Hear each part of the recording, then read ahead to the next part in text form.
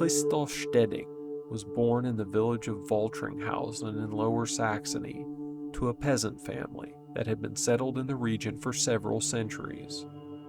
Much like Switzerland, the Netherlands, and Scandinavia, which lost political animation ever since the 30 Years' War was concluded with the Peace of Westphalia in 1648, the area in which Steding grew up was more or less politically neutral since the decline of the Hanseatic League at the end of the 17th century. Only its incorporation into the North German Confederation of 1867, after Prussia's victory in the Austro-Prussian War, granted it some continued political significance.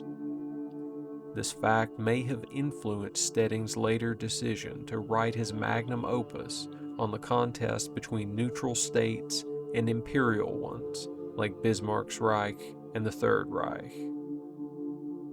The aim of the entire work is to reverse what Steding himself describes in the opening lines of his introduction as a withdrawal of the Germanic peoples from world history ever since the French Revolution. Already the decline of the Holy Roman Empire of the German nation from the end of the 30 Years' War signaled the end of the dominance of the Germans as the organizing force of the Holy Roman Empire. The victory of the Western powers, of the Swedes and the French, was at that time in 1648 as much the beginning of the disintegration of their kingdoms as the so-called victory of 1918.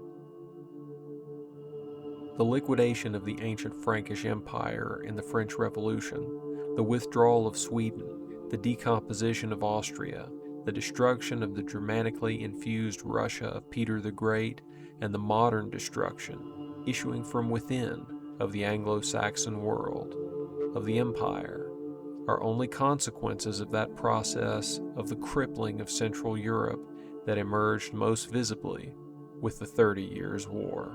End quote.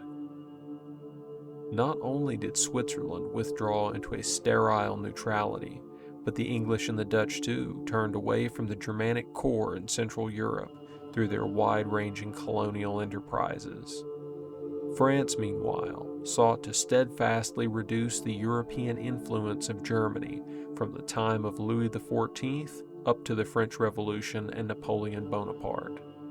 Bismarck's Second Reich was the first attempt to reverse the process of Germanic decline, and when Bismarck's efforts were undermined by the westernizing Kaiser Wilhelm II, Adolf Hitler arose to restore Germany to its rightful role as the authentic anti-liberal leader of Europe. Steding's work is, in this posthumous edition brought out by Walter Frank, divided into two parts.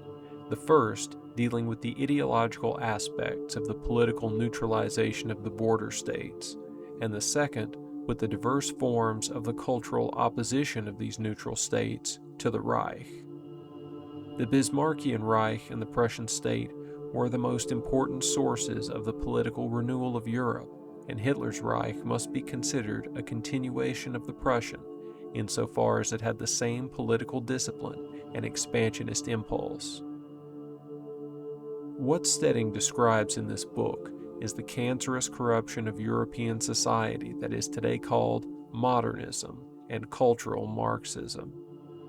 And it is one of the merits of Steding's work that he pinpoints the cultural centers where this movement of degeneracy was initially located, in Basel, Amsterdam, Copenhagen, and the other metropolises of Western Europe. Basel is, in Steding's synoptic view of European history, the center most responsible for the dissemination of cultural historiography that revolted against the masculine spirit of the Prussian Reich. The Reich and the Disease of European Culture, Part 2, translated by Alexander Jacob, available now.